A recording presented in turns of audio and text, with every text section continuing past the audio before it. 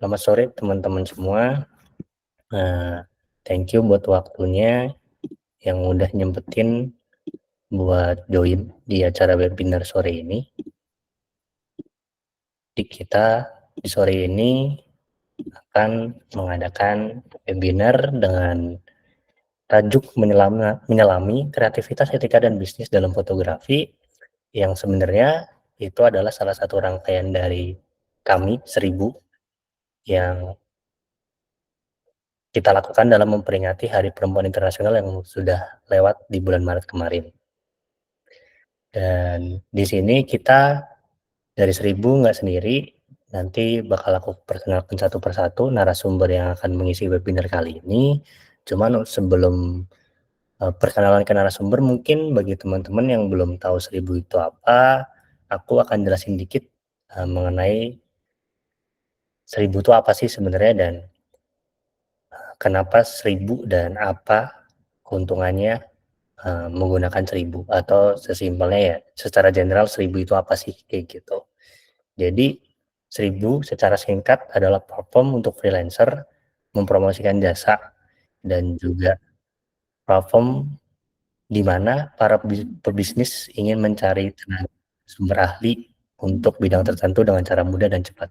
Jadi secara simpelnya 1000 ini adalah platform yang menemukan antara dua pihak nih, antara pekerja dan juga para pebisnis yang saling membutuhkan satu sama lain gitu. Dari pekerja membutuhkan klien untuk menjual jasa atau skill ataupun kemampuannya, sedangkan dari pihak bisnis itu membutuhkan seseorang atau bahkan tim untuk mengerjakan sesuatu sesuai dengan project yang ingin seorang bisnis itu lakukan, kayak gitu. Dan di sini 1000 berharap dengan adanya webinar ini, di mana yang membahas dengan fotografi dan juga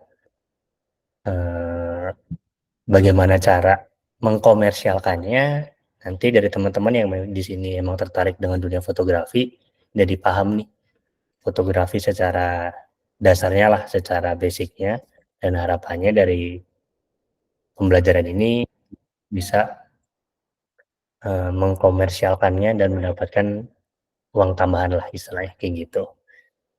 Nah, selanjutnya setelah pengenalan dari 1000 ini, kita akan ke pengenalan oleh para narasumbernya, di mana itu kita ditemani oleh 3 orang. Yang pertama ada Mbak Keke, atau nama panjangnya adalah Mbak Kendisan Kusumadja, itu adalah training spesialis dari Photo Voice Internasional. Boleh disapa dulu kali Mbak Keke. Halo semua. Ini Mbak Keke, lalu ada Kak Dwi Rina Septia atau biasa dipanggil Karina, itu adalah freelancer 1000 sebenarnya, tapi yang lebih bergerak di bidang foto produk dan juga storytelling soal foto produk itu sendiri. Boleh sapa dulu Karina. Halo semuanya, salam kenal, saya Rina. Oke, dan terakhir itu adalah Kak Syahnas Nabila atau biasa dipanggil Kak Bella. Itu juga salah satu dari freelancer-nya 1000, di mana Kak Bella ini adalah seorang fotografer profesional yang lebih fokus di foto waktu melahirkan atau foto birth, kayak gitu. Boleh disapa dulu Kak Bella.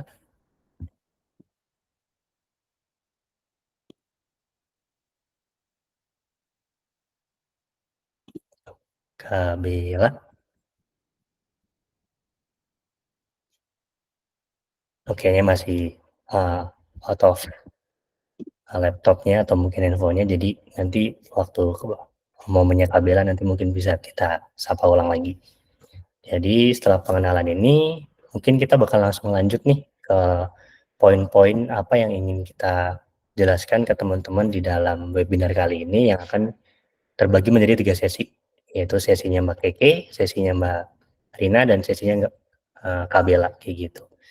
Dan kita mulai aja langsung dari sesi pertama, itu adalah etika dalam fotografi dan konten kreatif oleh Mbak Keke dari Photo Voice Internasional. Boleh waktu dan tempat dipersilakan Mbak Keke.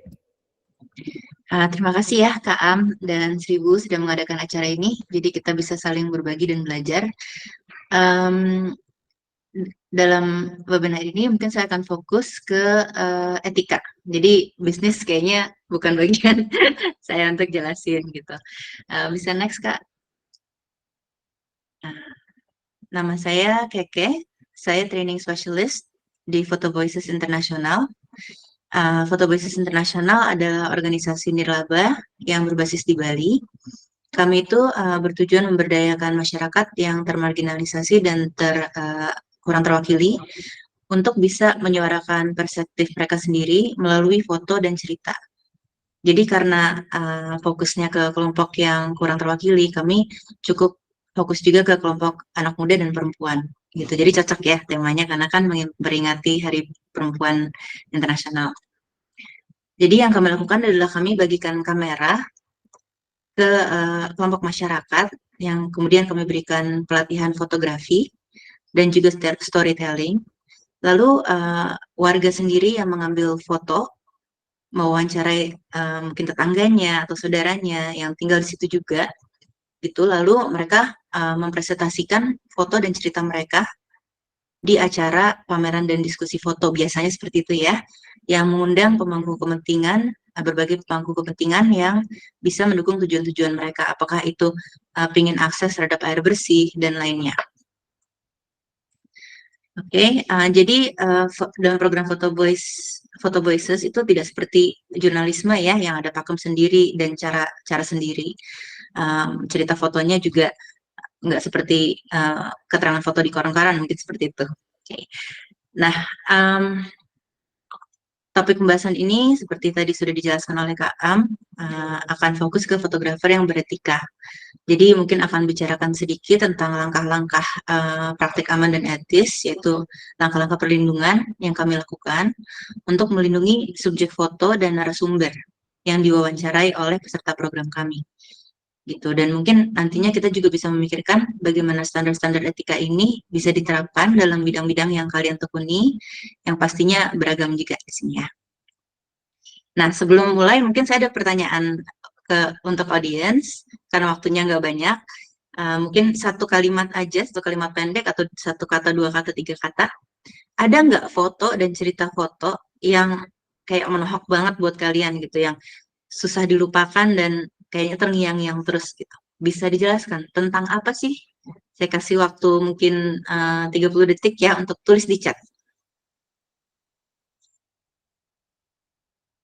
Silakan ditulis di chat. Boleh teman-teman, kalau yang ada pengalaman terkait fotografi maksudnya ataupun foto yang memorable buat teman-teman, boleh di-share dikit itu apa, dan nanti dari Mbak Keke bakal mencoba mungkin menjelaskan atau merespon. Wah, ini menarik banget. Ada yang bilang foto anak dari Afghanistan, kalau nggak salah, yang matanya warna hijau dari Times atau Nat Geo. Ini foto National Geographic dan kebetulan ada juga di presentasi saya hari ini. Ada foto candid orang tua. Ya, oke. Oke, ada lagi mungkin? Oke, kalau gitu kita langsung lanjut ke mungkin foto anjing saya, matanya bikin nggak bisa lupa. Ya, karena pasti sayang sekali sama anjingnya ya. Oke, kita lanjut ke slide berikutnya. Nah, ini foto terakhir yang buat saya tuh, saya baru lihat beberapa minggu lalu dan ini cukup berkesan ya. Jadi ini dari program yang menggunakan metodologi Photo Voice juga, tapi bukan dijalankan oleh Photo Voices Internasional. Ini bisa dicari bukunya, judulnya See Through My Eyes, ada di slide-nya di bawah kanan. 11 trans laki-laki di Indonesia bersuara melalui Photo Voice. Jadi bukan Photo Voices ya, tapi metodologinya Photo Voice. Foto yang pertama di kiri atas, itu foto urinal di WC umum sepertinya ya. Keterangan fotonya, benda ini selalu mengejekku, berharap aku bisa menggunakannya. Lalu di kanan ada kayak foto klinik atau ruang tunggu di rumah sakit, keterangannya tempat di mana aku lebih cemas dengan panggilan nama terang, itu kayak nama di KTP atau akta kelahiran, daripada sebuah penyakit. Aneh emang, percayalah aku tidak mengerti. Nah, buat saya ini apa berkesan sekali ya, karena saya merasa bisa melihat dunia tuh lewat kacamata orang lain. Gitu, saya baru tahu gitu bahwa seorang trans laki-laki bisa merasa seperti itu. Dia datang ke rumah sakit untuk karena sakit mungkin ya, tapi lebih khawatir tentang dia dipanggil nama di KTP-nya daripada penyakitnya dia. Padahal keterangan fotonya pendek banget ya, gitu. Tapi cukup kena. Boleh lanjut? Jadi cerita yang sulit dilupakan tuh seringkali personal, ya. Bisa personal untuk yang bercerita, bisa personal untuk yang melihat. Itu termasuk foto tadi ya. Foto bisa personal untuk yang ngambil foto atau untuk yang melihat. Ada yang um, cinta banget sama anjingnya kan, matanya bikin nggak bisa lupa. Ada yang candid orang tua, ya kan, foto orang tuanya sendiri. Terus foto terpidana korupsi gitu. Ini menarik sih untuk tahu kira-kira kena apa yang bikin bikin nggak terlupakan. Terus ada tadi foto anak gadis dari Afghanistan ya, gadis Afgan. Gitu yang itu tentang sebetulnya waktu itu dia di kamp pengungsian ya. Nanti saya akan jelaskan lebih lanjut tentang foto itu. Jadi si fotografer melihat sesuatu di sekitarnya yang bikin resah gitu, atau mungkin pengalamannya sendiri, ya kan? Dia pikir ini kayaknya harus harus ada perubahan gitu, dan cerita yang keluar dari situ karena dia mengalami kan dampaknya atau apa itu seringkali tuh jadinya kuat gitu ya. Oke, boleh next Kak. Nah, tapi ini masalahnya di saat kita ngangkat isu yang sensitif, misalnya korupsi atau tadi soal gadis Afgan ya, itu tentang situasi di mana perang tahun 25 kalau nggak salah itu fotonya diambil ya. Itu ada resikonya. Seringkali itu ada resikonya. Semakin kuat perasaan seseorang tentang suatu masalah, itu cenderung reaksi juga semakin besar, gitu ya. Apalagi tentang kalau kita ingin adanya suatu perubahan gitu. Orang kan sering anti perubahan. Tadi kita lihat foto uh, tentang trans laki-laki ya. Kebayang itu kalau misalnya ada mukanya atau nama lengkapnya di situ mungkin sangat banyak resikonya. Jadi kita sekarang masuk ke etika.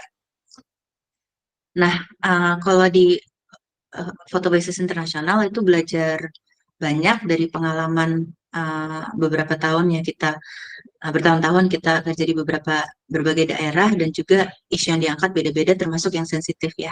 Jadi nomor satu itu prinsipnya ada banyak tapi mungkin bahas sedikit aja adalah persetujuan berdasarkan informasi atau informed consent gitu. Jadi persetujuan bukan sekedar iya deh saya mau difoto, iya saya mau diwawancara, tapi harus tahu tujuannya apa.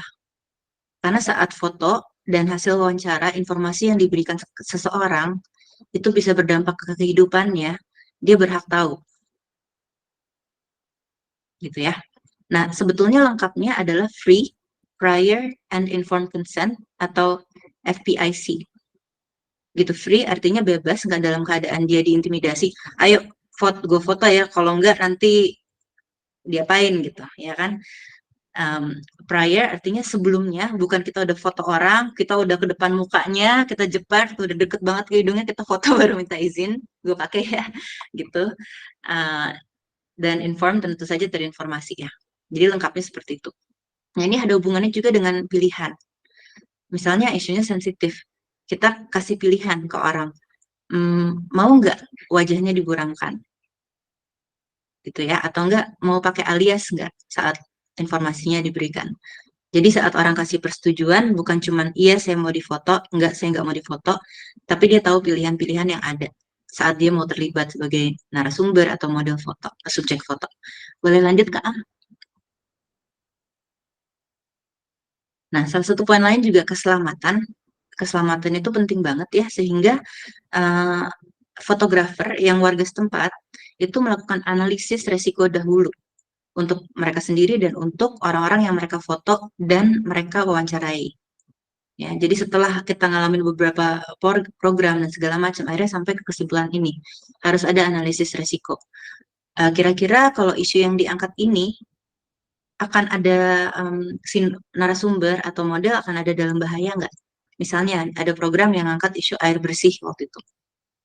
Nah, ternyata mereka banyak warga yang merasa ada pabrik yang bikin kotor sumber air mereka. Ya, tapi masalahnya sebagian warga di desa itu pun kerja untuk pabrik itu.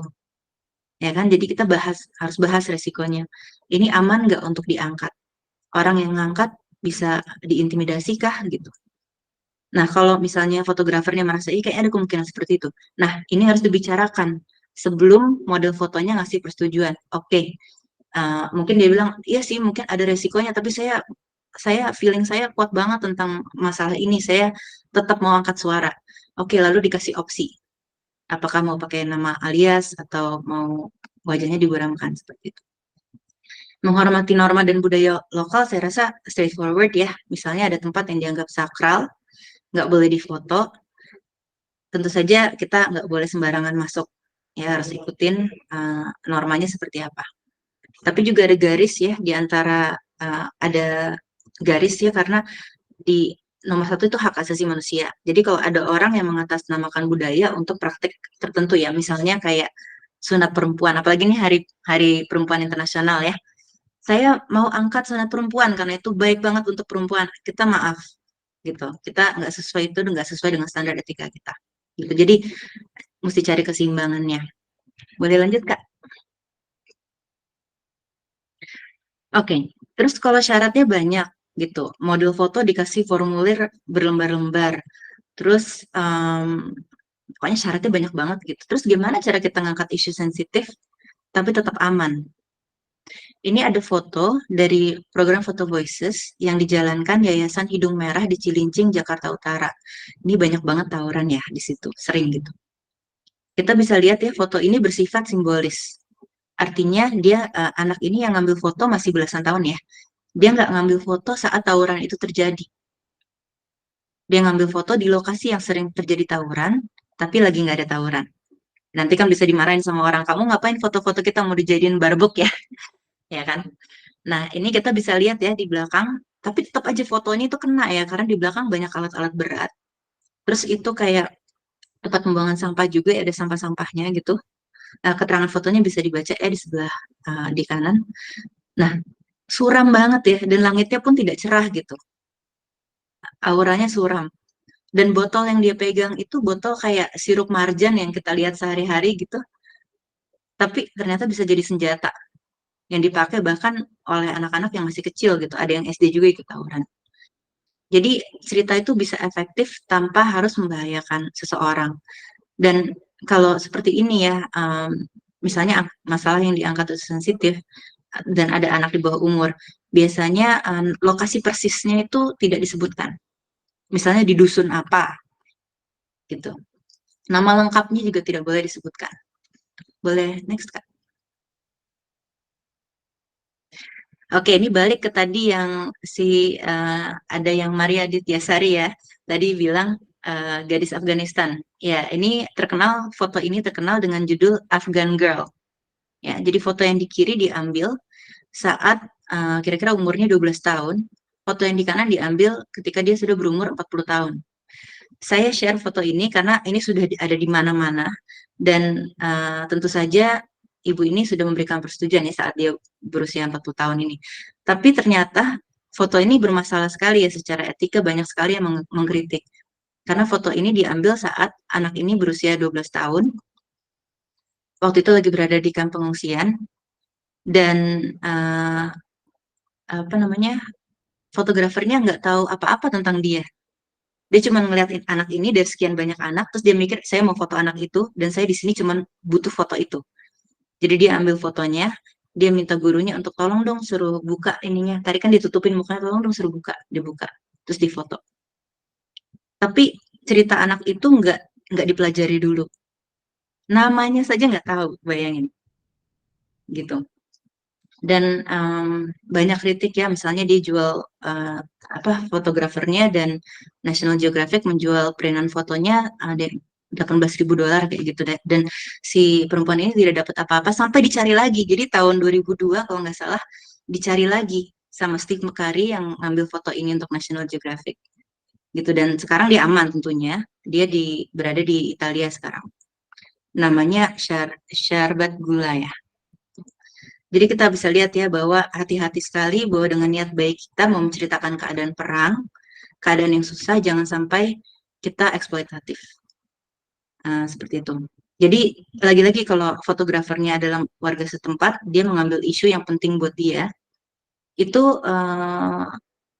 apa namanya, dia menceritakan ceritanya dia sendiri, itu nggak eksploitatif ya. Tapi saat dia mewawancarai warga lain itu hati-hati gitu. Sekarang sebetulnya di salah satu yang hadir ada mantan alumnus peserta program kita juga namanya Lina. Kalau bisa say hi di chat. Itu dia fotografer handal banget dan tulisannya bagus banget. Jadi kalau ada yang butuh penulis sama fotografer di Bandung bisa kontak. Gitu. Saya rasa boleh next dan kita hampir pada ujung. Oke. Terus bagaimana cara kita menerapkan standar-standar etika fotografi dalam kehidupan sehari-hari? Bidangnya macam-macam, ya kan? Ya itu tadi, ada beberapa ya keselamatan. Kita nggak pernah tahu saat kita ngambil foto subjek orang, itu kita sudah tidak punya kontrol, ya kan? Bisa diunduh siapapun, bisa dipakai, dan konteksnya diputar-balikan.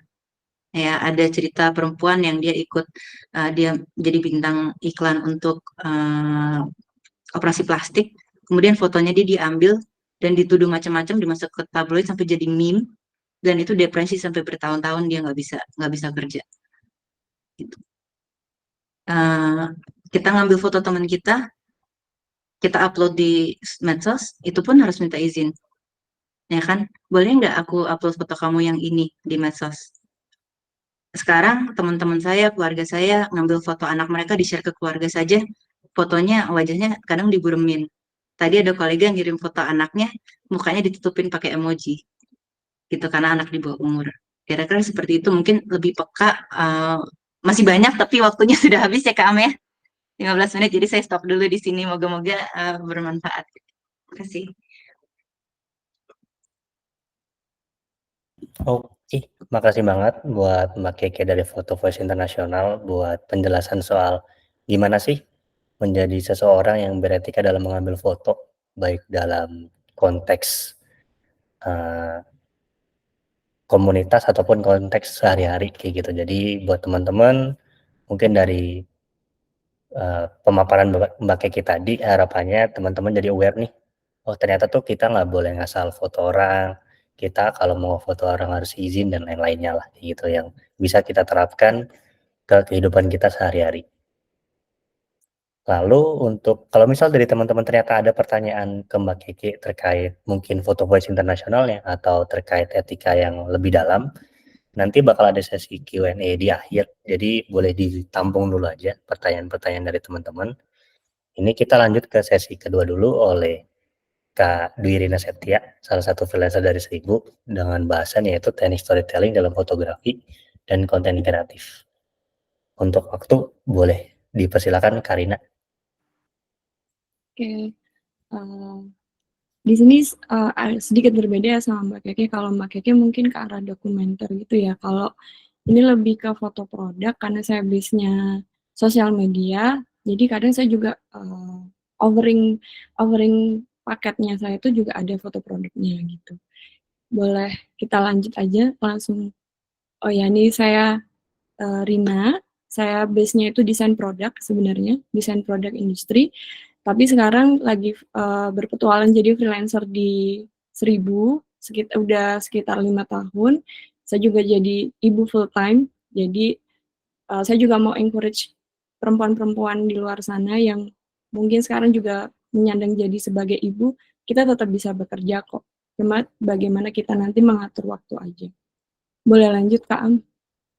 Oke, karena ini kita fotonya foto produk, kita harus mengenali dari subjek dari foto tersebut. Tapi masalahnya kan ini produk ya.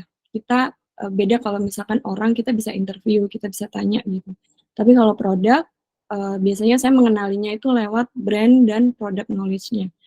Nah, brand ini biasanya saya selalu tanya nih ke klien, ada nggak brand guideline-nya gitu. Kalaupun memang mereka nggak ada brand guideline, setidaknya mereka bisa menjelaskan dari product knowledge-nya. Jadi kita langsung masuk aja, di brand itu bukan cuma sekedar merek ya, tapi brand itu seperti orang gitu. Merek itu nama, tapi kita punya personality. Di sini saya cuma ngambil dari 5 aja yang penting dari brand guideline itu. Yang pertama ada brand image. Brand image itu adalah citra brand. Jadi kayak kita punya impresi pertama nih ketika kita melihat suatu produk. Nah, kayak kita saya ngambil contohnya di sini foto iPhone. iPhone itu udah punya apa ya, impresi bahwa ini tuh adalah produk yang premium gitu. Jadi fotonya tuh juga kita harus belajar bagaimana caranya supaya foto ini juga bisa menyampaikan dari brand image itu. Jadi tidak melenceng dari apa yang mereka sudah bikin dari brand image-nya. Bisa lanjut, Kak? Nah, yang kedua ada brand identity. Jadi logo warna itu masuk ke brand identity. Dari foto produk itu, kita juga harus ngikutin guideline-nya mereka. Mereka punya warna-warna yang mereka memang udah jadi apa ya, identitasnya mereka gitu. Kayak Coca-Cola ini saya kasih contoh, Coca-Cola itu warnanya merah. Dan kita sudah tahu bahwa typo tulisannya itu udah jadi karakternya dia. Jadi bagaimana kita kalau misalkan dapat klien dengan produk, mereka sudah punya guideline color-nya, kalau bisa mengikuti dari guideline tersebut. Selanjutnya ada positioning. Nah, positioning di sini juga penting karena positioning ini kalau di market ada ekonomi menengah ke bawah atau ekonomi menengah ke atas. Dari masing-masing positioning ini, mereka itu punya karakter sendiri juga dari apa ya namanya, style dari produknya itu fotonya seperti apa. Jangan sampai karena produknya mahal, terus kita salah foto, akhirnya tidak terlihat mahal dari produk itu. Boleh lanjut? Nah, ini yang selanjutnya adalah target market. Nah, target market sendiri ini apa sih? Target market ini adalah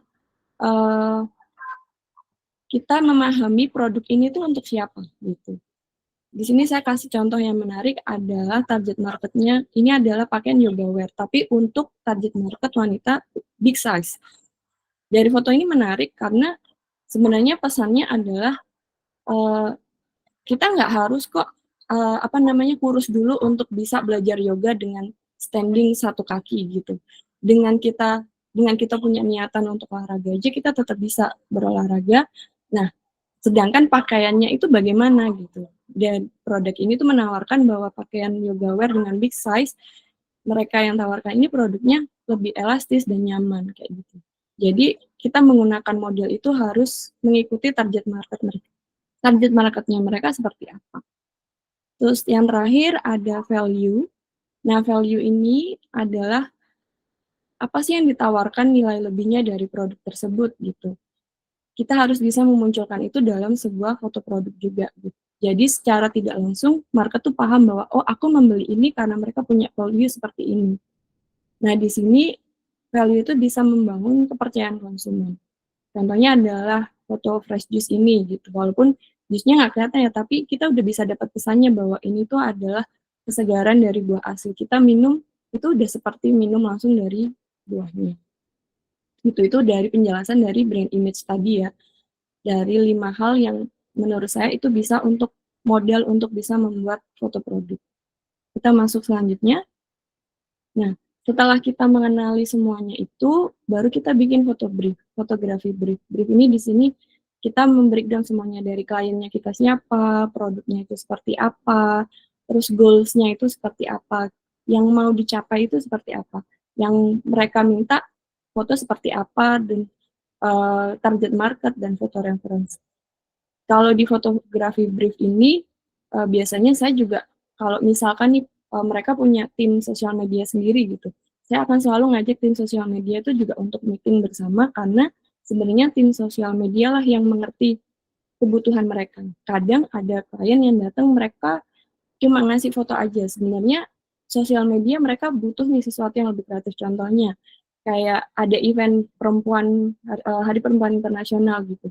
Oh, kita butuh foto, kalau itu related sama brandnya, oh kita juga butuh nih foto-foto yang sesuai dengan temanya. Temanya seperti itu. Jadi ada baiknya melakukan interview dulu juga sama klien dan juga tim-tim mereka. Lanjut. Nah, dari mood board itu, dari fotografi brief itu baru kita bisa membuat mood board. Nah, mood board ini dari fotografi brief tadi kita akan mengerti bahwa sebenarnya apa sih kebutuhannya mereka gitu. Nah, mood board di sini nggak harus kok reference dari gambar orang lain, tapi bisa juga dari sketsa atau apa kalau dia tidak bisa mempresentasikan ide. Nah, mood board ini adalah cara terbaik untuk kita mengeksplor ide kita dan cara kita mengkomunikasikan sama klien. Karena kan nggak mungkin ya kita kayak tiba-tiba foto aja gitu langsung. Kayak kita harus tahu, oh ini idenya kita, dan supaya ekspektasi kita itu sama seperti sama kita satu pitch nih sama klien gitu. Kalaupun ada yang harus direvisi, itu bisa dari mood board ini kayak gitu. Dan dari mood board ini biasanya saya langsung masukin lighting-nya itu seperti apa, kebutuhannya light dan warnanya itu seperti apa. Mood yang ingin ditampilkan dari foto produk itu seperti apa. Lalu ada komposisinya, props-nya itu kita bisa jadi tahu bahwa oh props-nya seperti ini, latar yang dipakai seperti ini, kayak gitu. Sama pesan-pesan yang mau disampaikan di dalam sebuah foto produk itu. Oke, boleh lanjut dari penjelasan. Selanjutnya, ini ada tips-tipsnya.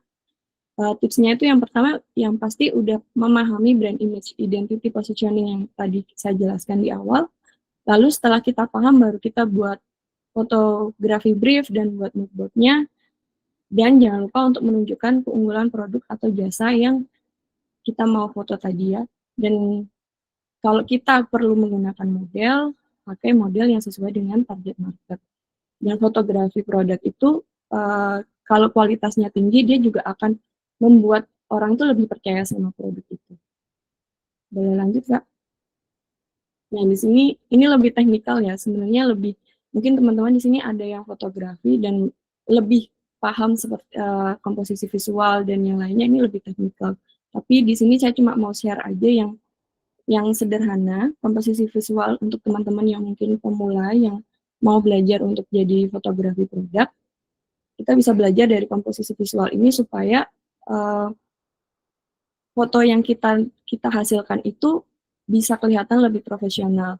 Kenapa? Karena sebenarnya komposisi visual ini sudah ada di alam, karena mata kita sudah terbiasa melihat sesuatu di alam kayak gitu, dan ini diterapkan ke dalam sebuah fotografi. Bisa lanjut, Kak? Nah, ini komposisi yang sederhana yang mungkin teman-teman yang fotografer yang lainnya juga sudah tahu, the rule of thirds. Biasanya kalau kita foto pakai kamera, itu ada di viewfinder-nya ada grid line-nya ini. Nah, ini itu membantu kita supaya kita bisa memakai komposisi cara ini, the rule of thirds. Caranya adalah memposisikan produk atau objek itu tadi di antara pertemuan garis diagonal dan garis vertikal dan horizontal. Karena kalau misalkan di tengah, itu kenapa Kak? Kalau di tengah itu sebenarnya bisa aja sih, cuma itu jadi boring, fotonya jadi membosankan. Jadi kenapa ada rule of third ini supaya bisa ada efek lebih balance, lebih seimbang. Bisa lanjut Kak? Lanjut, ini adalah komposisi diagonal. Nah ini gampang banget. Pokoknya dia miring-miring diagonal, tapi dia searah supaya dia lebih rapi gitu, jadi tidak berantakan atau seperti apa. Tujuannya itu untuk ada dinamisme di dalam sebuah foto itu. Boleh lanjut? Nah, yang ketiga adalah komposisi segitiga. Ini banyak banget dipakai untuk food fotografi biasanya, dan flat lay. Gimana kalau kita punya banyak objek, lebih baik memakai komposisi segitiga ini, disusun segitiga. Walaupun itu ada banyak nih komponen, enggaknya ada segitiga yang lainnya. Jadi bertumpuk nggak apa-apa, tapi asalkan dia ada segitiga, membentuk segitiga kalau ditata kayak gitu. Boleh lanjut Kak? Yang selanjutnya adalah komposisi rule of odds. Seperti judulnya ini agak aneh, tapi di sini sebenarnya adalah angka ganjil itu. poinnya itu adalah menggunakan objeknya itu angka ganjil. Kenapa? Karena angka ganjil itu lebih menarik daripada angka genap. Jadi misalkan 1, 3, 5, 7, tapi biasanya paling banyak dipakai itu 3, antara 3, 5. Nah, selain itu juga ada besar kecil. Kalau misalkan dia ada yang besar, juga ada yang kecil. Nah, kalau dari contoh yang saya kasih di sini, ini dia ada tiga komponen yang dia memang jadi poin yang kita poin interestnya ya. Dan di sini yang agak aneh adalah botolnya mengarah ke arah yang lain kayak gitu. Tapi komponennya adalah 3. Sedangkan yang lain itu cuma pendukung aja jeruknya itu. Boleh lanjut?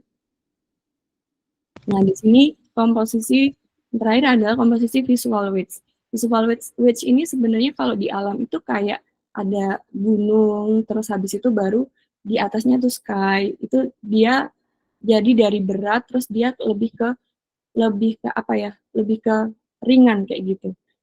Selain itu, dia juga bisa diterapkan dalam elemen warna, jadi kontras. Yang saya bawa di sini ada Red Bull nih, yang lainnya biru. Yang lainnya biru dan sedangkan ini produk baru. Jadi dia memang ditaruh di tengah supaya ini kontras orang tertuju ke sana. Kayak gitu. Oke, boleh lanjut. Nah, ini adalah tipsnya. Karena untuk pemula sebenarnya kalau bisa sih jangan terpaku sama apa ya, jangan terpaku sama oh saya belum belajar ini atau itu, enggak. Tapi yang penting tuh adalah kita terus berlatih dan berlatih. Kita terus mencoba dan mencoba. Jadi kalau misalnya kita baru belajar 5 komposisi nih, ya nggak apa-apa kita belajar sampai kita benar-benar paham, oh komposisi seperti ini yang bagus kayak gitu. Sebenarnya komposisi ada banyak banget, nggak cuma ada 5 aja. Nah, jadi kita bisa bereksperimen dan bereksplor, dicoba untuk menata produknya itu seperti apa. Jangan takut berkreasi dengan props, dengan background, dengan lighting, dan segala macam. Boleh lanjut, Kak? Oke, kita masuk ke yang terakhir. Yang terakhir ini adalah tentang pencahayaan dan warna. Di dalam sebuah fotografi produk ini, pencahayaan itu penting banget karena cahaya itu bisa memberikan efek dramatik atau dia lebih soft atau dia lebih maskulin atau lebih feminim itu lewat pencahayaan dan warna. Boleh lanjut, Kak? Nah, di sini kalau pencahayaan yang saya bawa ini sebenarnya ada hard light dan soft light. Mungkin teman-teman akan kiranya oh ada softbox dan segala macam itu cuma tools, tapi sebenarnya pencahayaan di fotografi itu ada 2, ada hard light dan soft light.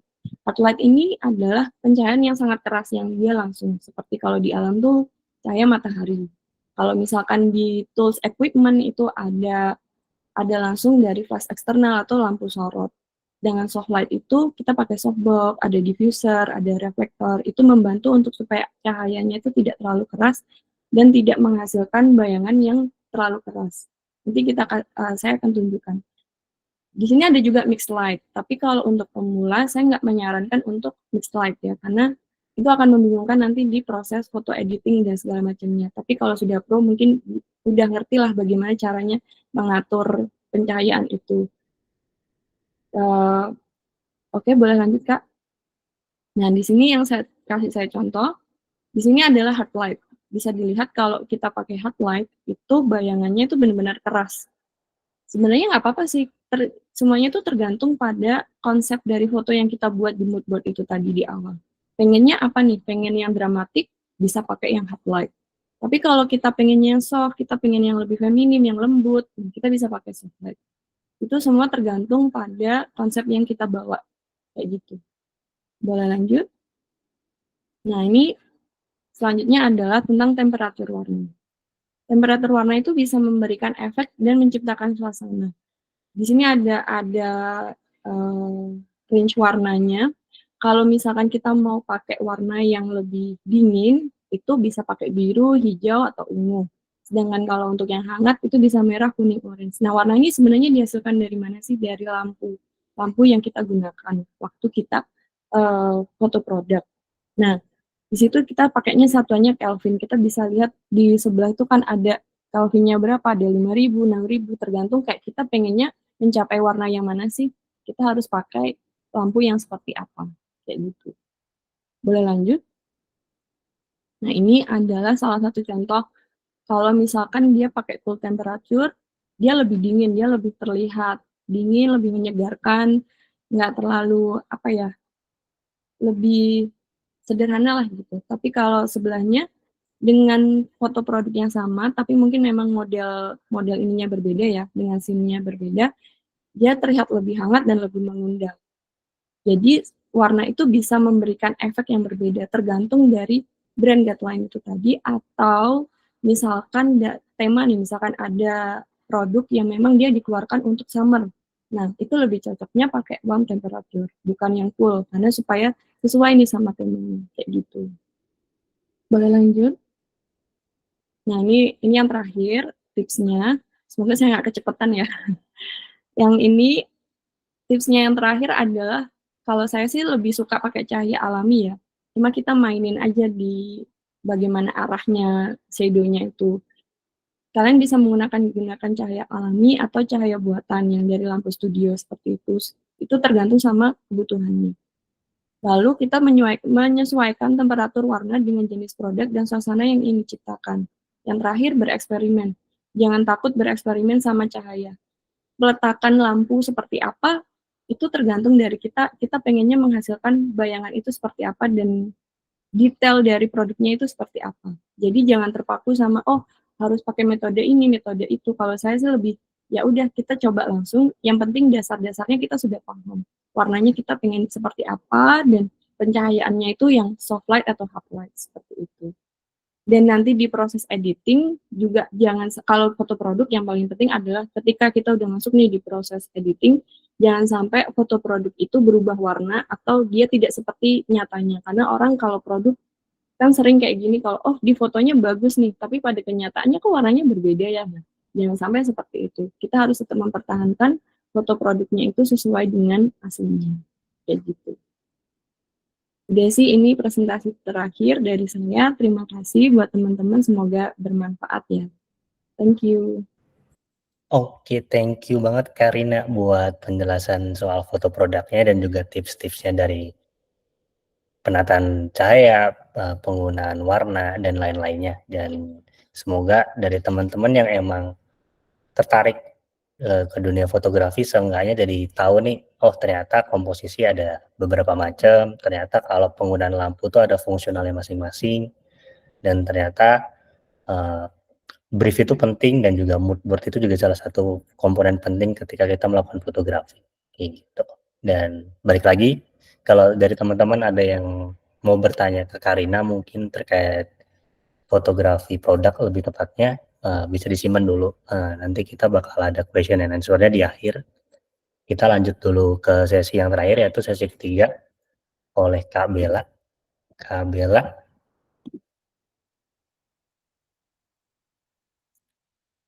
masih ke mute, Kak? Ya, halo, Assalamualaikum. Waalaikumsalam. Oke, jadi di sini ada Kak Bella. Di sesi ketiga nanti dia akan menjelaskan kurang lebih gimana sih mengkomersialkan fotografi itu dan dalam konteks konten kreatif. Untuk waktu dan tempat, aku persilakan, Mbak. Oke, makasih ya Mas Am untuk waktunya. Bella di sini mungkin lebih banyak ke sharing ya, sharing curhat-curhat dikit lah gitu. Langsung aja Mas Am, next. Oke, kenalin nama saya Sahnas Nabila. Biasanya dipanggil Bella. Bella mulai terjun di dunia fotografi dari tahun 2009. Mulai nge-freelance dari tahun 2018 karena sudah berkeluarga. Kan kalau freelance kan waktunya lebih enak ya ngaturnya gitu. Jadi sekarang jadi ibu rumah tangga juga nge-freelance foto gitu. Biasanya Bella macam-macam lah fotonya. Oke, next aja. Langsung ke materi. Oke, fotografi komersial itu apa sih? Fotografi komersial itu adalah sebuah kegiatan foto yang dikonsep dan memiliki nilai jual.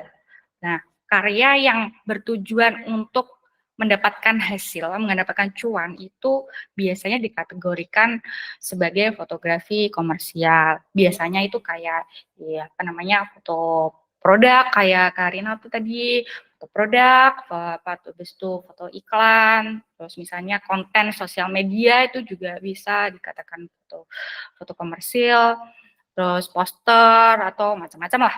Gitu. Next lagi Kak.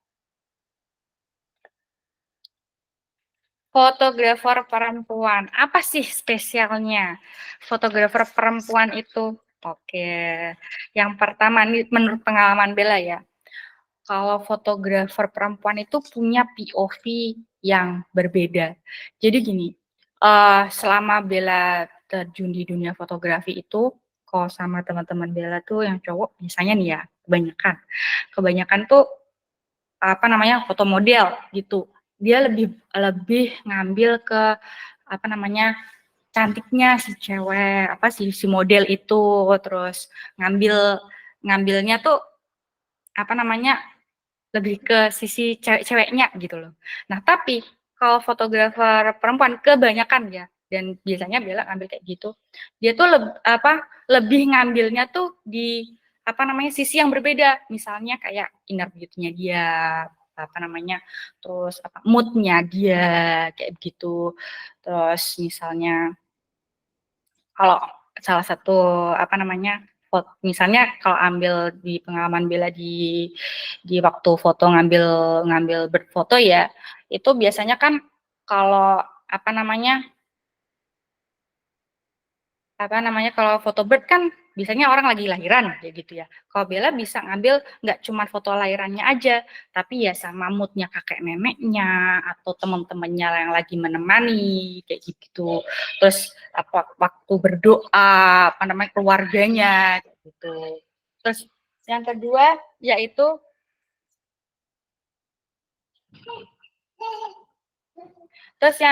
yaitu attention to detail. Jadi misal nih, kebanyakan nih waktu pengalaman Bella waktu wedding. Nah, itu tuh maaf ya, ada apa anak. Waktu wedding tuh biasanya tuh Bella lebih suka ngambil ke apa namanya? Ke detail-detail, misalnya baju nih. Biasanya kan kok pakai hanger kayak gitu. Kalau bisa pakai hanger kayak gitu, kalau Bella tuh lebih suka ngambil misalnya pengantinnya lagi bawa, terus habis itu apa namanya detail-detail manik-maniknya kayak gitu. Jadi tuh lebih ngambil apa detail-detailnya apa yang mau diambil kayak gitu lah. Ya maaf ya Mas ya, ada anak kecil. Oke. Iya. Terus misalnya nih kalau lagi foto bird nih, kan biasanya kalau foto bird itu kan kalau sesarian kan pakai bajunya itu pakai baju pakai baju operasi yang pakai yang cuman belakangnya bolong itu ya. Nah, itu tuh gimana caranya kita bisa ngambil sisi kejadiannya, momennya itu tanpa harus kelihatan saru. Gimana? Kalau misalnya pakai baju operasi itu kan kelihatan bolong semua itu. Nah, itu gimana caranya kita bisa menutupi bolong-bolongnya itu. Nah, maksudnya nggak kelihatan lah, berusaha untuk tidak memperlihatkan itulah. Yang ketiga yaitu keintiman dengan klien. Nah, ini yang paling jagoan ya kalau dari fotografer perempuan itu ya. Biasanya klien cewek itu lebih nyaman sama klien cewek itu lebih nyaman sama fotografer cewek karena apa? Lebih ngerti apa yang mau diinginkan si klien, lebih bisa rumpi juga, terus bisa bisa ngerti apa yang mau diinginkan si cewek kayak gitu. Oh, sebentar ya Mas ya.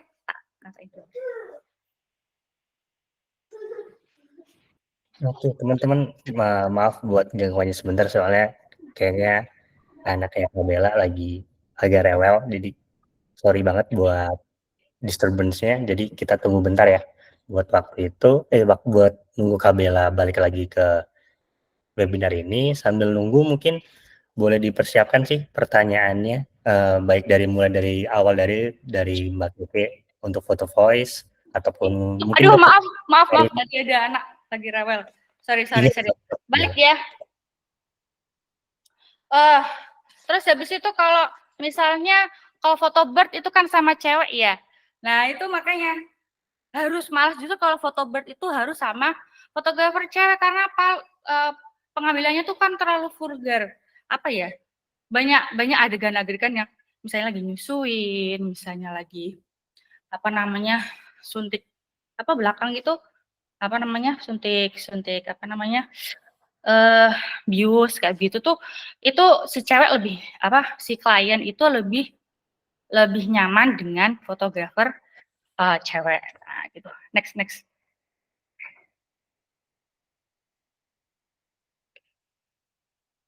Oke, skill sebagai freelancer.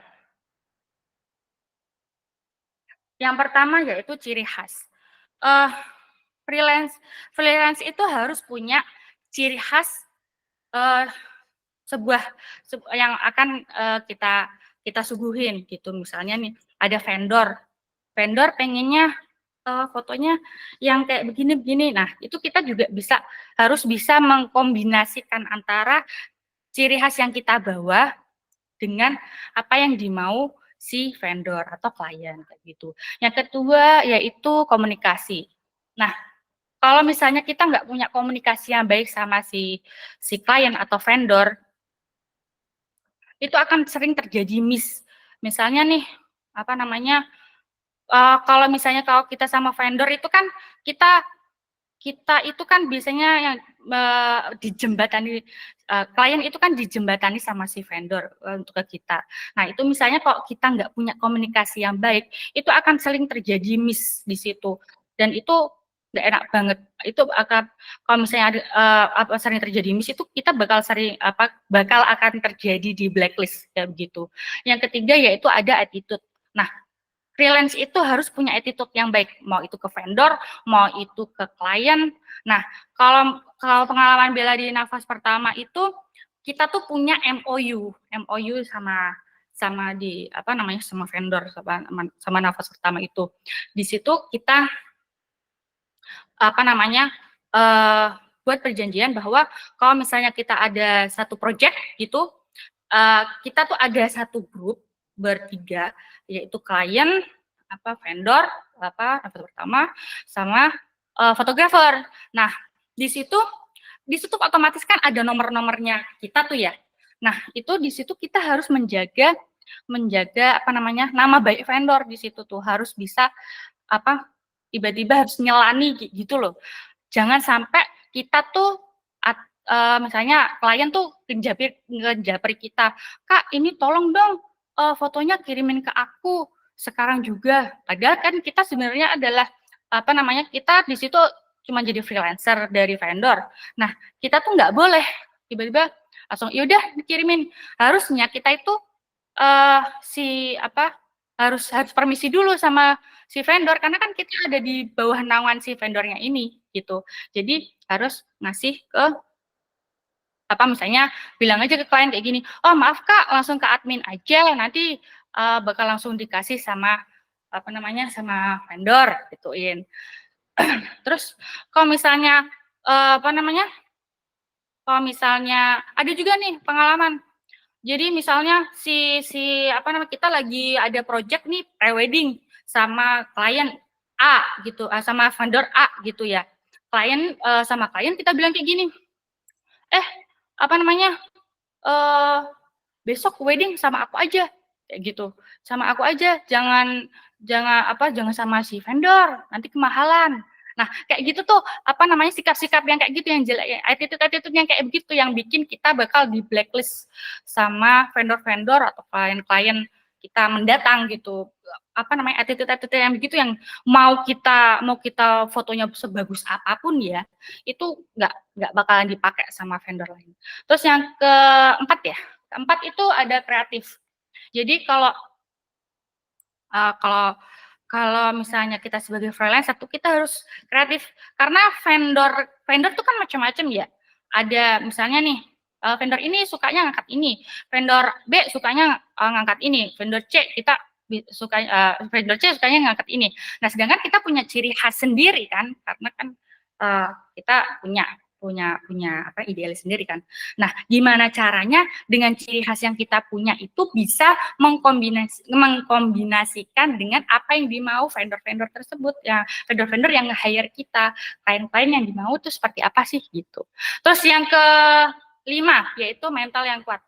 Nah, nggak dipungkiri ya, gimana pun juga ya, namanya fotografer perempuan tuh pasti dianggap remeh banget, dianggap remeh. Nah, itu apalagi kayak gini misalnya, ih kamu cewek, apa namanya, emangnya bisa ya foto kayak gini? Misalnya, emang bisa ya foto sport? Kamu bisa ya foto landscape? Ya, pokoknya macam-macam lah. Emangnya kamu bisa ya lighting dan lain sebagainya. Itu apalagi zaman dulu ya, sedikit banget fotografer cewek yang bisa survive. Nah, itu kalau nggak punya, ya apa namanya, kita bakal banyak, bakal gampang kembang kayak gitu. Terus yang keenam yaitu terus belajar. Namanya ilmu fotografi, fotografi tren fotografi itu selalu dinamis. Jadi tuh nggak mau kita sebagai itu harus mengikuti tren-tren yang sekarang lagi in gitu. Misalnya kalau sekarang sukanya kayak gitu yang cuman candid kayak gitu. Nah, itu kita coba belajar kayak gitu. Sukanya habis itu tone yang kayak begini, kita coba belajar kayak gitu. Jadi terus kalau misalnya kita mau bertahan sebagai freelancer itu kita harus nggak boleh terlalu idealis sama teknik. Nah, kita harus terus belajar lah gitu. Terus next Mas. Lagi nih. Wah, kemana nih kalau kita mau cari cuan? Nah, salah satunya ada beberapa, yaitu yang pertama yaitu jalin relasi. Kita bisa jalin relasi ke MUA atau ke vendor-vendor. Pokoknya jangan cuman diem aja di rumah.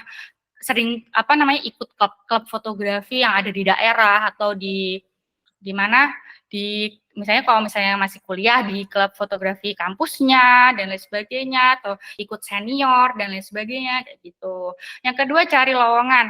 Kita bisa cari misalnya di Jobstreet, itu banyak banget lowongan-lowongan kerjaan freelance foto, terus di LinkedIn itu juga banyak. Itu banyak juga tawaran-tawaran freelance.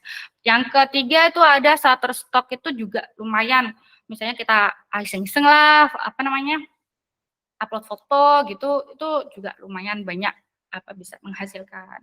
Yang keempat yaitu gabung di platform freelancer.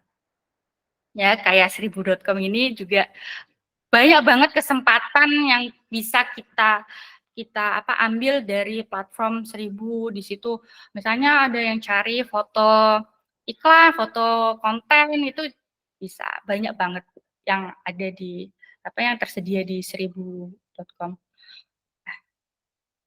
Lanjut Mas, udah ya kayaknya sudah selesai ya. Oke, maaf ya tadi ada anakku jadi aduh bingung. Iya, nggak apa-apa Kak Bella. Aduh, tiba-tiba lepas dari kamar. Iya, oke. Thank you banget buat ceritanya dan juga pengalamannya Kak Bella, dan juga bagaimana sih cara ngadepin klien, komunikasi yang baik, dan sebagai freelancer itu. Tanya-tanya aja, nanti insya Allah bisa aku coba jawab lah. Gitu. Iya. Oke.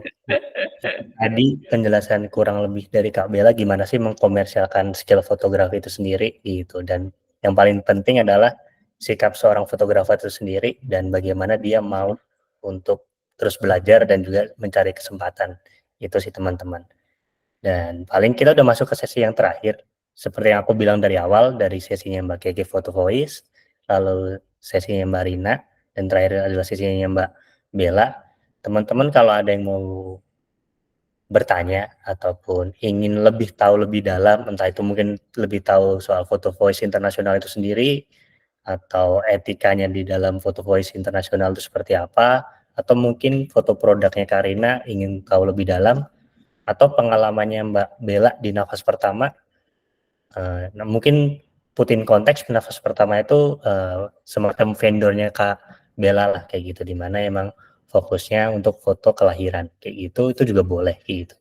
Jadi buat teman-teman yang mau bertanya boleh banget on microphone-nya atau tulis di kolom komentar juga boleh. Nanti aku bakal pilih beberapa pertanyaan untuk ditanyakan ke 3 narasumber kita.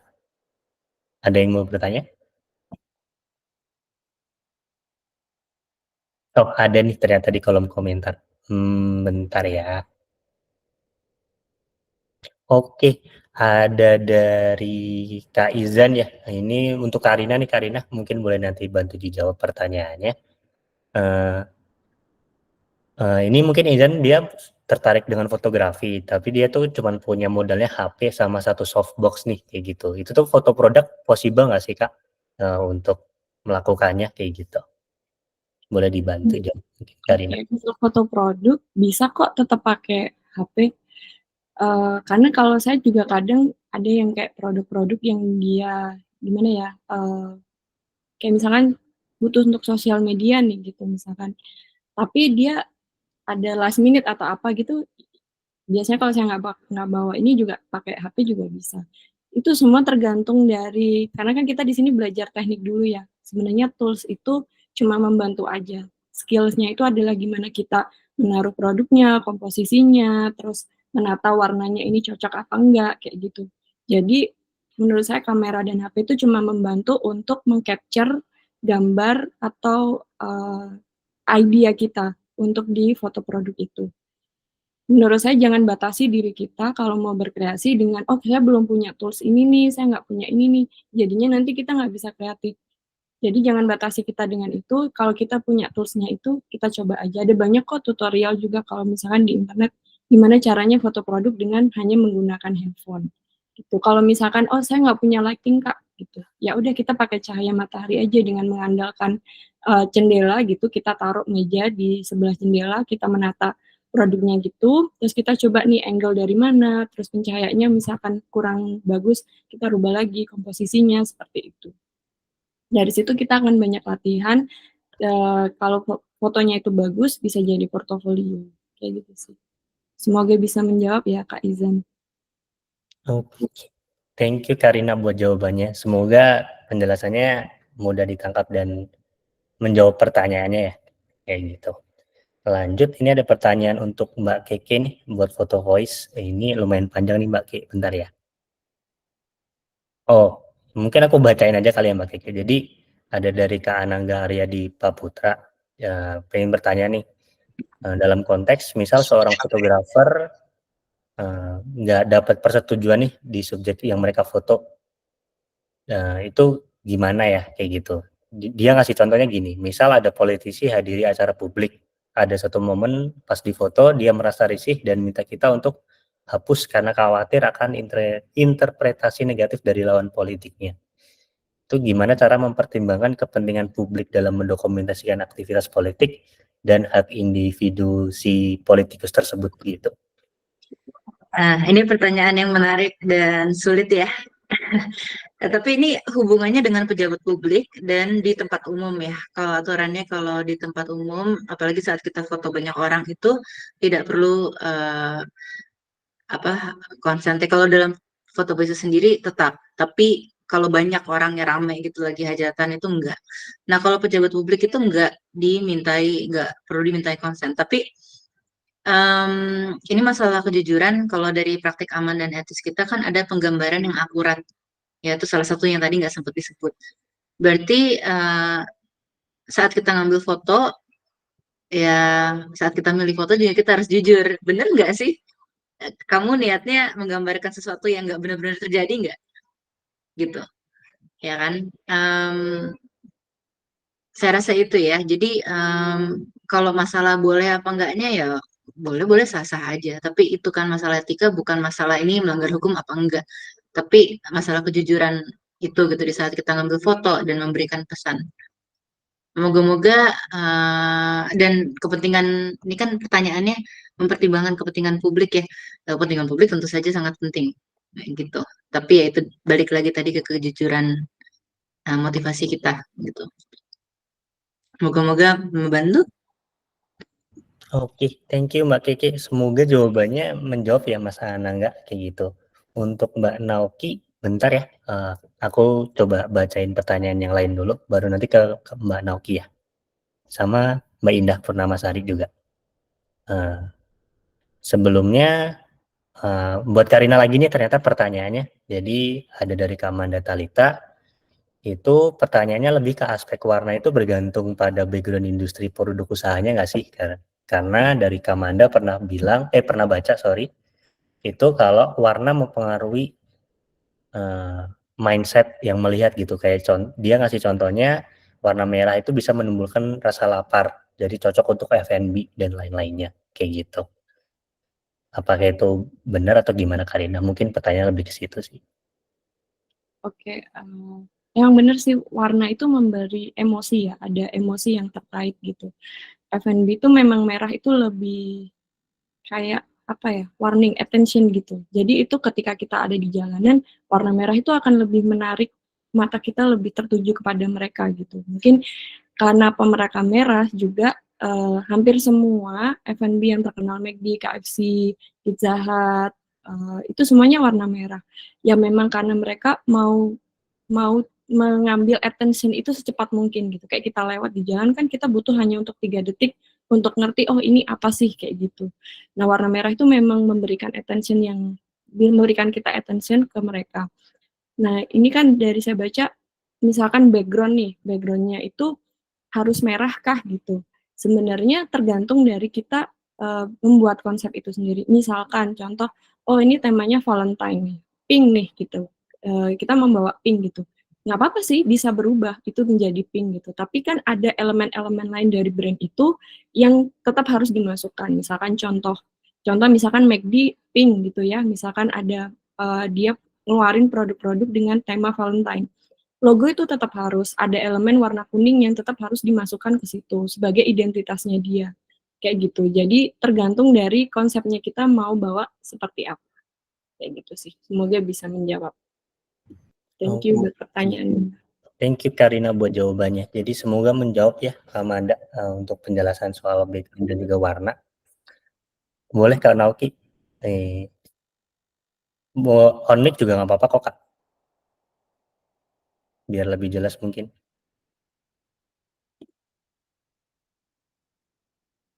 Oh enggak, oke aku bacain aja kalau kayak gitu. Ini untuk ke Kak Bella, berarti Kak Bel.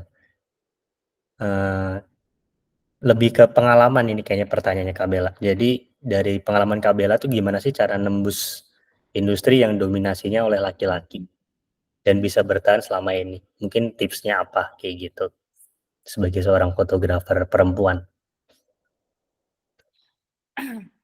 Itu dia. Jadi ya kayak tadi yang aku paparin tadi, kita tuh harus tetap terus belajar sih. Nggak boleh puas sama apa yang kita dapat sekarang. Karena kan namanya tadi tuh, kita tuh selalu selalu belajar, selalu pengen tahu apa sih foto apa sih yang sekarang lagi tren sekarang, apa yang lagi in tuh sekarang, klien tuh pengennya yang kayak gimana gitu. Kita harus tetap terus ngikutin itu. Misalnya kalau misalnya kita lagi nggak ada shoot atau nggak ada job, kita bikinlah project apa gitu, kita upload lah, kita sering share di sosial. Kalau sekarang kan sosial media enak banget ya, bisa lewat Facebook. Dulu kan kalau aku kan cuman ada di Facebook aja. Kalau sekarang ada Instagram, ada YouTube, ada macam-macam, bisa juga lewat platform-platform kayak gitu kan juga banyak gitu loh. Nah, di situ kita harus nggak boleh berhenti dan berputus asa. Wah, gitu. Gitu, Mas. Oke, thank you banget buat jawabannya Kak Bella. Jadi semoga Kak Naoki dapat nih jawaban yang dicari. Ya, mungkin secara simpel banyak belajar dan juga banyak menyebarluaskan skill itu sendiri ke berbagai platform yang dimiliki. Ini lanjut Kak Indah. Ini mungkin Kak Indah nanyanya ke siapa ya? Oh, ke Kak Bella ya mungkin ya? Atau ke Kak Rina? Sebenarnya nanyanya ke siapa aja sih sebenarnya dengan pertanyaan yang cocok sih sebenarnya. Jadi semua narasumber juga cocok sih. Oke, mungkin boleh dijelasin langsung aja Kak Indah pertanyaannya. Oke, jadi gini, aku langsung aja nggak apa-apa ya, Mas ya. Jadi aku mau nanya sebenarnya, apakah memanipulasi suasana dalam sebuah foto itu sah-sah aja dan apakah hal-hal seperti itu boleh untuk dikomersilkan? Misalnya ketika kita mengambil sebuah foto di beberapa situasi, namun kita ingin mengubah tone dari situasi foto tersebut seperti kita mengedit atau memberi beberapa efek atau filter dan segala macam untuk mengubah fakta yang ada. Tetapi ini dalam arti kata sebuah situasi, bukan foto selfie seperti itu. Apakah itu boleh-boleh saja dan sah untuk dikomersilkan? Misal ketika kita mengambil sebuah foto di rumah sakit yang rumah sakit kosong atau rumah sakit terbengkalai, namun kita ingin mengubahnya menjadi suasana yang lebih ceria. Apakah itu boleh dan sah untuk dikomersilkan? Terima kasih. Oke, thank you Kak Indah buat pertanyaannya. Mungkin aku bakal ngelempar pertanyaannya soal etika dan juga komersil ya. Jadinya mungkin ke Mbak Keke sama Kak Bella. Mungkin dari Mbak Keke dulu ya kali Mbak Keke. Jadi pertanyaannya lebih ke, mungkin kalau aku nangkapnya adalah apakah etikanya ada etika yang dilanggar atau tidak ketika kita memanipulasi kondisi yang sebenarnya A tapi kita rubah jadi B kayak gitu.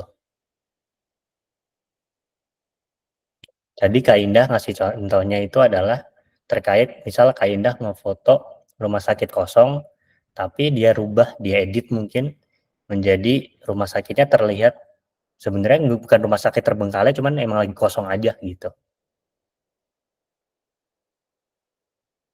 Itu gimana Kak? Kayak gitu. Masih ke-mute Kak?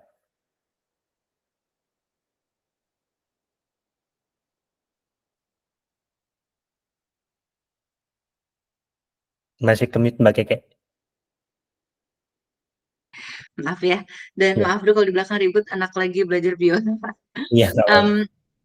Oke, jadi foto rumah sakitnya terbengkalai.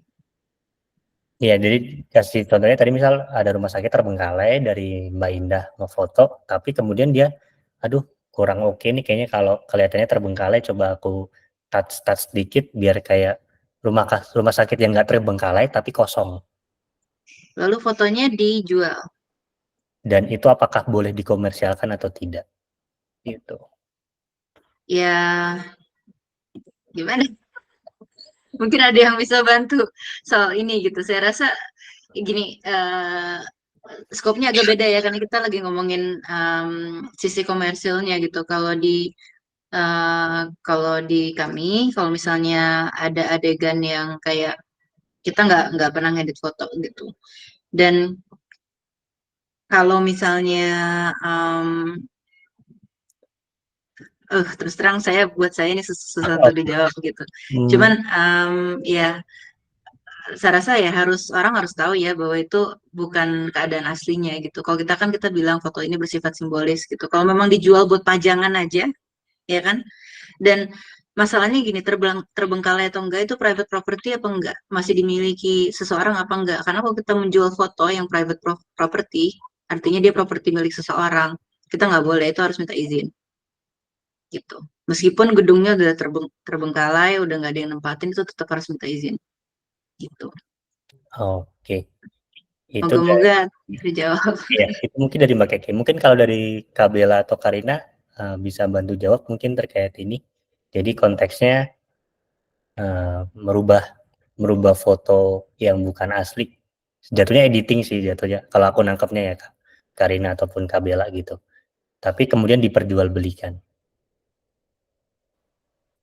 Kalau menurut aku ya, Kak, tergantung kita lagi sama vendor siapa, kita lagi mau. Kalau aku kan sebagai freelance fotografer kan nge-shoot kan tergantung permintaan klien ya. Jadi kalau misalnya kliennya mintanya, ini rumah sakitku kotor banget nih, gimana caranya biar kelihatan apa namanya menjual kayak gitu, biar kelihatan oke nih dilihat, ya sah-sah aja kalau misalnya mau diubah kayak gitu. Kayak misalnya apa namanya, saya pernah mengalami pengalaman nih waktu foto wedding. Keadaannya itu dalam keadaan gimana ya, malah mencekam, menakutkan gitu karena pengantinnya itu kesurupan ceritanya. Nah, tapi gimana caranya kita bikin itu foto wedding tuh kelihatan terharu, bagus, cantik, indah kayak gitu loh kan. Ya mau nggak mau kan kita harus ngerubah hal yang Ya, mencekam itu jadi enak dilihat toh gitu. Jadi iya. ya kalau menurut saya dari sisi ini ya, dari sisi apa namanya melayani vendor ya itu sih ya nggak apa-apa gitu. Oke. Eh, Dari Mbak Keke? Iya, mungkin ada tambahan sedikit ya. Ini tergantung konteksnya banget ya. Kalau misalnya kita di real estate gitu, terus kita disuruh ngambil foto rumah sakit itu karena mau dijual keadaan terbengkalai gitu. Terus kita bikin sampai di rumah sakit itu cakep banget seakan-akan catnya juga. Ya, itu nggak etis dong ya karena kan kita nipu orang gitu ya. Tergantung konteks banget tuh. Jadi kayak Kak Bella bilang karena memang request kan dari pelanggan itu lain lain cerita. Jadi dari contoh itu pun detailnya apa? Oke, thank you Mbak Keke, thank you Mbak Bella. Mbak Rina mungkin mau nambahin?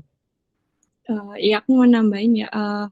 Sebenarnya saya setuju sama Mbak Keke. Itu tergantung dari intensionalnya kita juga ya. Sebenarnya kita mau jualan atau mau apa gitu.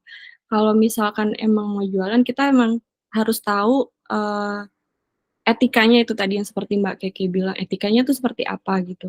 Misalkan kalau kita foto pemandangan nih, kita kan kalau di Shutterstock, ya misalkan Mbak Bella jelasin tadi, kita bisa jual di Shutterstock itu bisa jual foto pemandangan juga kan sebenarnya. Tapi kalau pemandangan mungkin sah-sah aja kalau misalkan kalau sekarang kan ada nih kita ngedit pakai preset nih maunya warna ini, hijaunya agak agak yang lebih ke gimana ya nggak kelihatan natural kayak gitu. Tapi balik lagi emang itu penjualannya untuk apa nih? Intensinya saya mau jual untuk orang-orang yang menggunakan itu untuk di sosial media kayak gitu dan mereka menyukai preset warna-warna seperti itu menurut saya itu nggak masalah. Tapi kalau sudah melanggar etika kayak tadi ada orang atau private property seperti Kak Kiki bilang, menurut saya itu nggak etis sih kayak gitu. Jadi tergantung, misalnya kita mau foto produk kopi, kalau kopi kita lagi di kafe, menurut saya itu nggak masalah sih, karena kan kita sendiri yang ngambil. Itu sih. Oke, thank you Karina buat tambahannya. Jadi harapannya bisa menjawab ya Kak Indah dari pertanyaan Kak Indah sama jawaban-jawaban dari para narasumber. Jadi kalau aku kesimpulan sih tergantung konteks Kak Indah. Jadi kontekstualnya itu apa dan tujuannya itu apa. Kalau emang tujuan awalnya komersil dan diizinkan itu boleh, cuman kalau ternyata tujuannya bukan komersial dan tidak diizinkan itu dirasa nggak pantas atau mungkin kurang bisa dibilang melanggar etika lah kayak gitu. Oke, untuk yang terakhir mungkin Kak Fonita tadi mau bertanya soal apa ya? Udah raise hand. Baik Kak, sebelumnya Oh, maaf dulu nih Mas. kalau nama akunnya nggak sesuai nih dengan yang Iya, dibicara. apa-apa. Ya adalah singkat untuk saya. Nah, karena saya kan ini saya mahasiswa IT ya. Dalam arti saya anaknya teknologi banget gini ya. Dan kakak tahu sendiri ya, namanya AI itu udah merajalela ya gitu ya. Saya pernah buat project dengan teman-teman saya.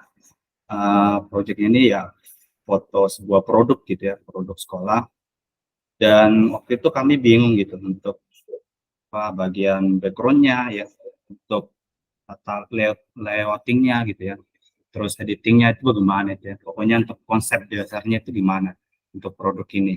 Nah, saya sebagai orang yang berpikir ke arah teknologi gitu ya, menggunakan AI sebagai tools bantu ya, dimana saya buat rencana dengan teman-teman saya gitu ya, foto produknya ini yang biasa-biasa aja ya, tapi layoutingnya ini dan kualitas gambarnya itu bagus.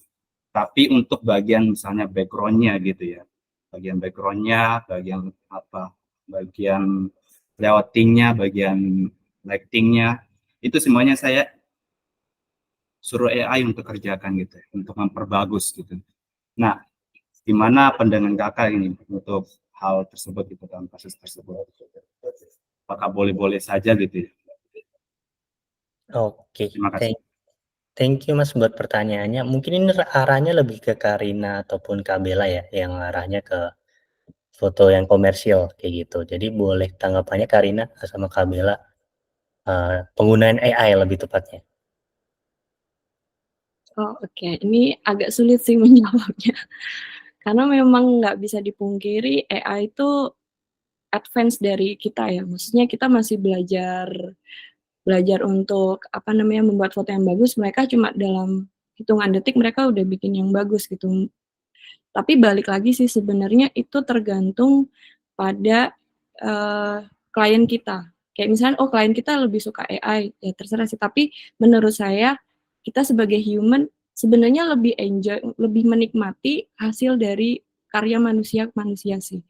Menurut saya walaupun AI itu memang terlihat bagus, tapi nggak tahu somehow itu gimana ya, kayak ngelihatnya kurang dapat human touch-nya kayak gitu sih.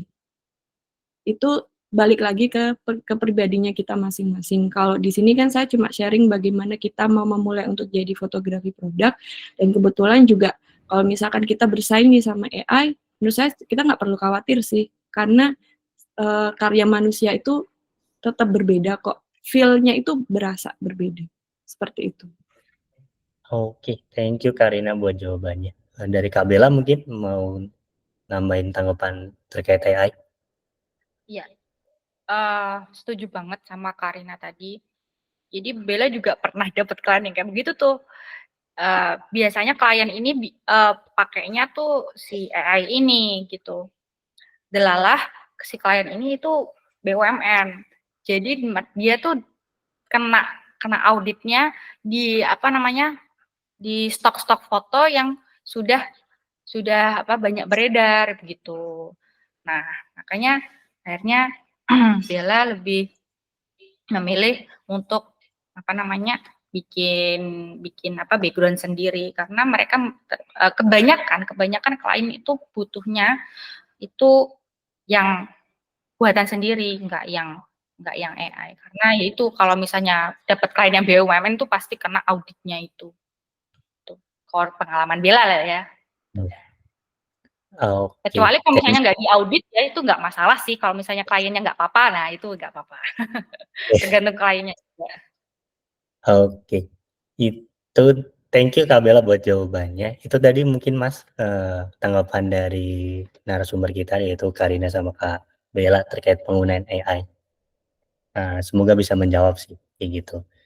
Dan terakhir, sorry banget nih Kak Naoki, karena waktu kita udah cukup over nih, kita selesaiin dulu question and answer-nya. Dan di sini aku mau ucapin terima kasih banget buat teman-teman yang udah join dari awal sampai akhir di webinar kali ini, dan semoga webinar ini bisa bermanfaat buat teman-teman.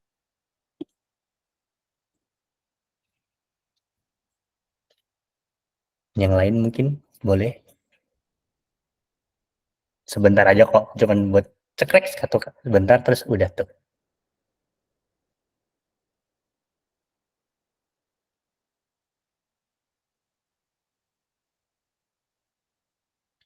Oke, oke. 1, 2, 3. Oke, thank you semua buat waktunya di sore hari ini. Thank you banget sekali lagi udah join di webinar kali ini, dan semoga webinar ini bermanfaat. Dan terima kasih juga buat Kak Bella, Karina, dan juga Kak Keke dari Photo Voice udah mau jadi narasumber di webinar kali ini, dan semoga webinar kali ini juga bisa jadi pengalaman buat Karina, Kak Bella, dan juga Mbak Keke itu sendiri, kayak gitu. Makasih banyak belajar juga Iya, thank dari you. teman-teman. Terima kasih Kak Am. Sama-sama. Oke, ya thank you buat teman-teman sekali lagi. Selamat sore dan selamat menunggu waktu berbuka bagi yang menjalankan kalau kayak gitu. Makasih Sore. semuanya. Sorry. Hmm.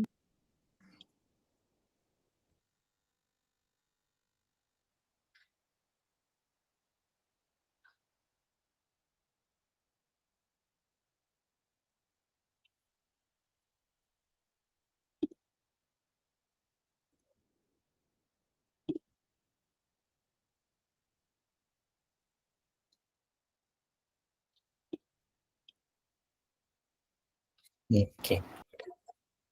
MM. Yo, Tadi ada yang raise hand lu, buat lu. kan waktunya udah lewat. Udah panjang Dia- lewat banget ini. Dia tadi waktu udah foto aja tetap raise hand dia. Iya sih, Kenapa nauki gitu? gitu kan. Ya Iya, gimana? Kalau diturutin nanti panjang sampai 5:30 nanti. Iyalah, nggak apa. Ini nanti recordingnya ada di mana ya? Ada di draftnya 1000 bisnis, nanti gue share deh. Oh boleh ya, nanti gue download ya. Tinggal gue posting. Nah, oke. Sip, kalau kayak gitu. Thank you banget Am. Banyak banget tadi yang datang. Iya, lumayan lah. Cuman Iya. yang daftar tuh sebenarnya juga banyak, cuman beberapa banyak yang nggak datang juga nih. Nggak apa. Nah, sini buat awalan webinar oke sih kayaknya. Oke. Sip. Thank you Am. Selamat buka Am. Yuk, selamat buka. Thank you.